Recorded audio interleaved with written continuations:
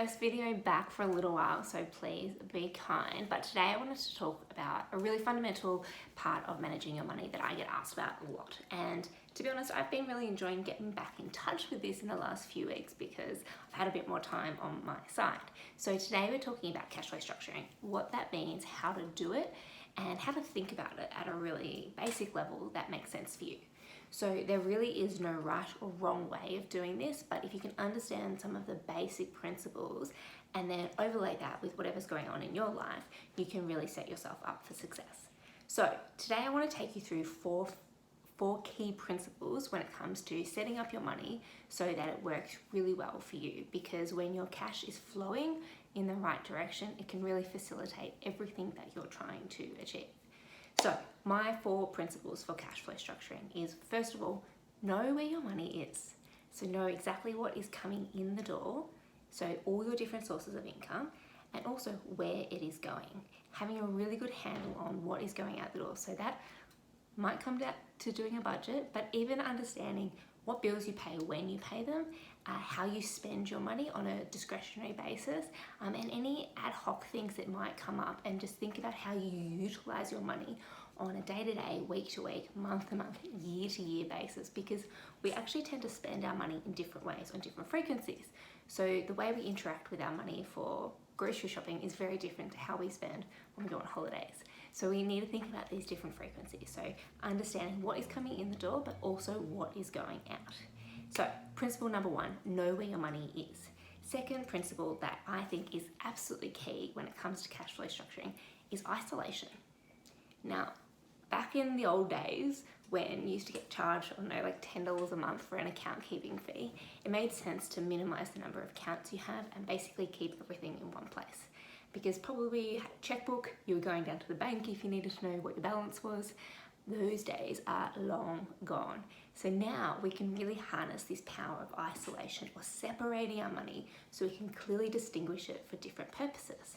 Now, this is really exciting because we can clearly delineate money, so we know, okay, that's how much I've got for different reasons, and we can get a really good handle on what is where and why we're going to use it.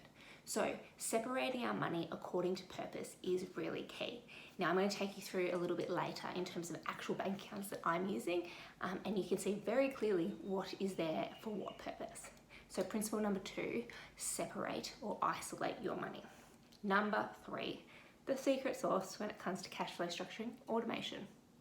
It's not rocket science, but automate everything that can be automated. Now, when I first started setting up my cash flow structure a number of years ago, I was like, I think I actually really want to pay my phone bills manually because I'd like to keep an eye on it. I have learned over time, you can automate your bills and still keep an eye on them. But automating your bills, so your direct debits, automating your savings, automating your investments, automating your spending is key, because the reality is, even if you're a total money nerd like me, sometimes a day, a week, a month goes past and you haven't actually got to handle it. So if you've got things automated, it means that you can't actually stuff it up. You're making it easy for you to do the good stuff, make it hard for you to do the bad stuff. And it means that if you do want to get your nerd on and get deep into the details, but you miss the Sunday and you do it on the following Thursday, that's fine. Everything still gets paid. We're minimizing late fees, we're keeping on top of things, and we're making sure that money is in the right place at the right time. So principle number 3, automate everything that can be automated. And finally, the 4th principle, which I think is so important, is know yourself. Think about what works for you. Think about the things that you fall down on, and use your cash flow structure to support your behavior. So this is the principle, as I mentioned before. Make it easy for you to do the good stuff. Make it hard for you to fuck this up. So what does this mean? If you have a tendency to swipe money out of your savings accounts into your spending, maybe move your savings accounts to another bank. Make them 24, 48 hours away. Or perhaps you do it a little bit, but not too often, so as long as you don't have a transaction card associated with your savings, maybe it's okay. You can't be trusted with a credit card, which is, let's be honest, most people, myself included, don't have one. If you, I don't know, There's so many different things that you can consider here, but knowing your behavior and making your cash flow structure to support you so that you can make sure the money is in the right place at the right time and you are not tempted. You even might not even be allowed to, it might not even be possible for you to stuff it up. So knowing your behavior and being just being honest with that. Like, you're not a bad person, you're not shit with your money, you're actually being really, really smart. So people say, oh, I move my money over there because I'm bad with it. It's like, actually, no, you're moving over there because you're awesome with your money, because most people just fall down on that obstacle. So knowing your behavior and using your cash flow structure to support you is really key. Okay, now I am going to attempt to use this lovely white, my pantry, behind us to take you through my cash flow system. So this is how it looks for Mr. P and I. So the first thing we want to start with is our cash hub.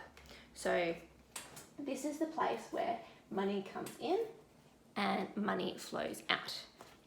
So both of our incomes get paid into that, and then our rental income gets paid into that as well. So then we have, that is with one bank, by the way, that sits over to one side. I'll zoom in a little bit later. Then with another bank, which is more about everyday bank, we have Rebecca's personal spending. So this is the account that I get paid my weekly allowance into every Thursday. Now, outside of that everyday spending, we also have some pretty clear goal saving accounts. So we have our adventures account.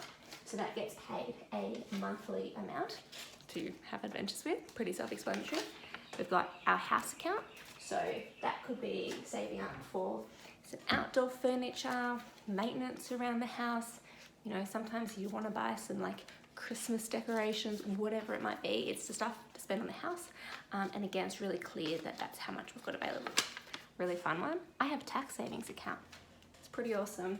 But the tax man is not going to surprise me with a big bill. I have cash set aside, ready to go, because of the way that I earn my income. I pay my own tax rather than it being withheld by my employer.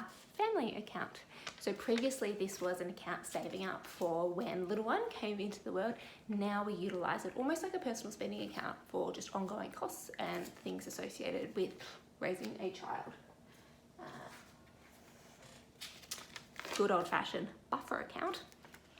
Got to have one of those, get out of jail, security blanket, whatever you want to call it. Same bank, I also have an investment loan with them. And my mortgage for this house right now. So these orange accounts are all with one bank, and they have an automatic amount of money that flows into them each week or each month from the cash hub. Now, third bank. So have an investment property, so investment loan offset.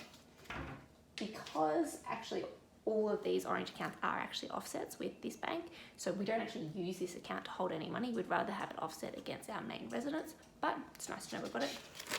Investment loan number 1 for one of our properties, and mortgage number 2 for our place in the country. Again, automated money flows from here into here. So different banks serve different purposes, accounts all very clearly labelled, and it sounds like there's a lot going on, but once it's automated, principle number 3, it's actually really, really easy. So have a think about what you're trying to do. Have a think about how you can use your bank accounts to support that. Set up new accounts if you need to, close down old accounts that you're not using, but really think about how you can use your cash flow structure to make life easy. So, oh, there we go. Zoom right in there.